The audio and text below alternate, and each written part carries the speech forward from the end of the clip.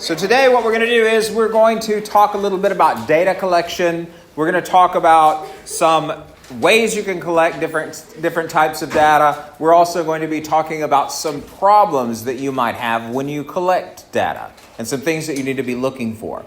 Now remember, in this section, you're not only going to be just finding information and reading mean, median, and mode. You're going to have to look at some data and see if there are issues or problems. How do you think the data was collected? What do you think would be the best way to collect data? So pay attention today when we look at these different things. So most of it is just going to be lists of terms, okay, and definitions. So we'll be talking about those, but then we're going to look at some questions about how you can use that information. Yeah? So here we go.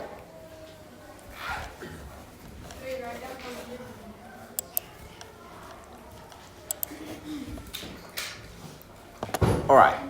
So, for any statistical problem, you have what's called a target population.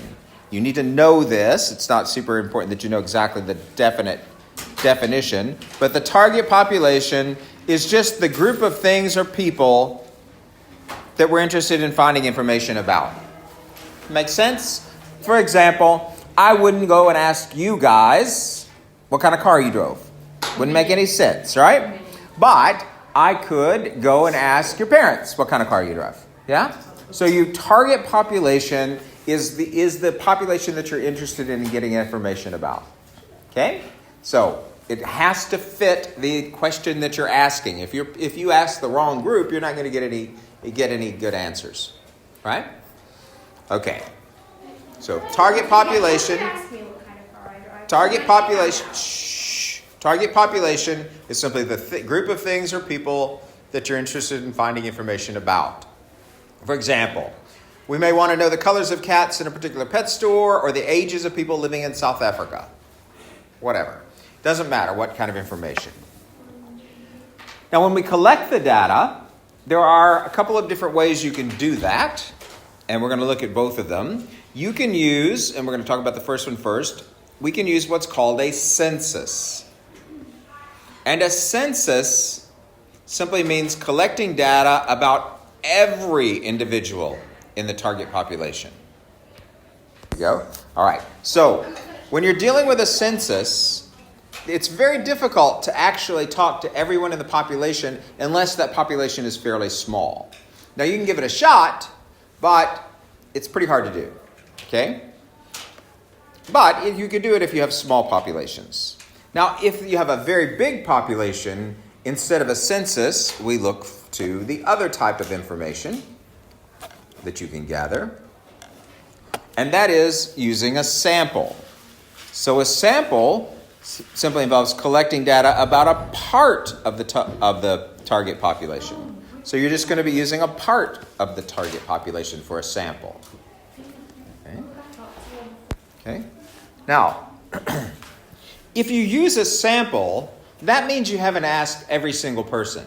So do you think you've gotten every answer that's possible? Maybe not. Okay. So conclusions based on samples always involve some error, so we have to think about a sample as simply estimating what's happening. So with a sample, you can really only get an estimate of what's happening in the population. Okay? So if we're just going to get an estimate, we want to get it the best possible estimate. So as we heard just a moment ago, you want to make sure that your sample is taken very carefully. And the first thing we want to talk about is just this word, unbiased or biased. Okay? Right? And then we'll come back to the other one. If something is biased, if someone is biased, what happens is they already have an opinion about something, and so they're not going to give you they're going to give you the answer they want to give you. For example, if I asked everybody in this room what their favorite color is, but I had already told you that if you don't select blue, then you're not going to get credits, what are you all going to select? Blue. You at? Green. Right. Well, that's true, some of you. But do you see what I mean? So there would be a bias toward blue because you know you're going to be rewarded for saying blue, right? Okay. If I wanted to know how many people in New Zealand love ice cream, would I go to an ice cream parlor and ask the people in there? No, because the people who like ice cream are going to be, the people in the ice cream parlor are going to be people who like ice cream, right? If I'm going to ask people who what their favorite pet is, am I going to go to a dog show for that? No, because people who go to dog shows are going to be people who like dogs, right? So you see what it is about bias. So bias means that there's so for bias, let's just call. All right. So bias is meaning that they're not reliable as a sample. They're not representative of everyone in the sample or in the population. Mm-hmm. Is it like if you're planning like a program? Okay. The second way that you can make a sample unbiased and as good a sample of the population as possible is to make it sufficiently large. Because the larger your sample is, the more likely it is to represent the population. Okay? And sufficiently large will depend on the question that you're asking. If I was going to ask about students at Queen Margaret, 800 people or so, then I could probably pick 100 people and that would be plenty. Right? As long as I got them from every grade level and all the classes, right? Now, but if I was going to ask a question about everybody in New Zealand, but I only asked 100 people, no, that's not sufficiently large, right? So the bigger the overall population is, the bigger your sample needs to be. Okay? Ellen wanted to know the mean height, mean meaning average height, right? The mean height of year 8 students at her school. She measured the students in her year 8 class and obtained these results in centimeters. So here are the results she got. Use this sample to estimate the mean height of students at the school. How could you use this sample to estimate the mean height? What would you do? How do you find the mean? No, mean. You do the sum. Well, hold on a minute. We'll get to that question. The sum of them over the number of them, right? Okay, so we could do that. That's what they did here. And they got the sum, and they said the mean is 156 centimeters. Yes? But do you think this estimate is going to be accurate for the question that she's asking? Yes? No, why not? Because she only measured the year 8s instead of the whole school, so the mean that she made, the average that she calculated was the average for year 8. There you go, because she only asked year 8, so are there the other grades where people might be not as tall as year 8s? Or taller. Yeah? And are there the grades where people are going to be much taller? Yes. So it's a terrible sample. She couldn't just use year 8s if she wants a representative sample of the entire school.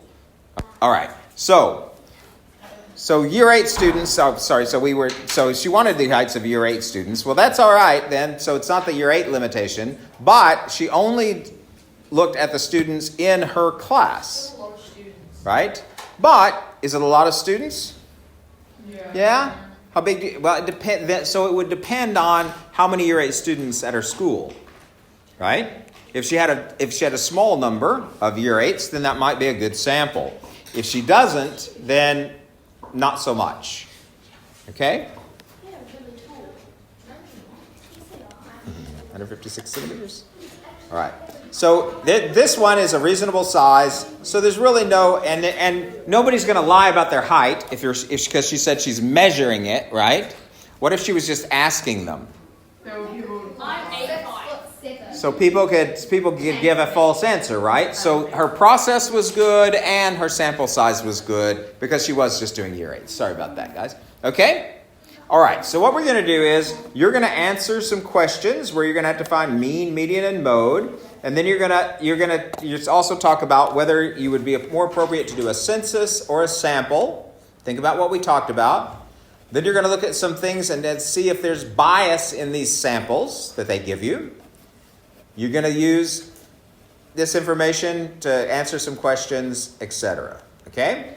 So stop the recording and you're going to go to your snowflake and work on these.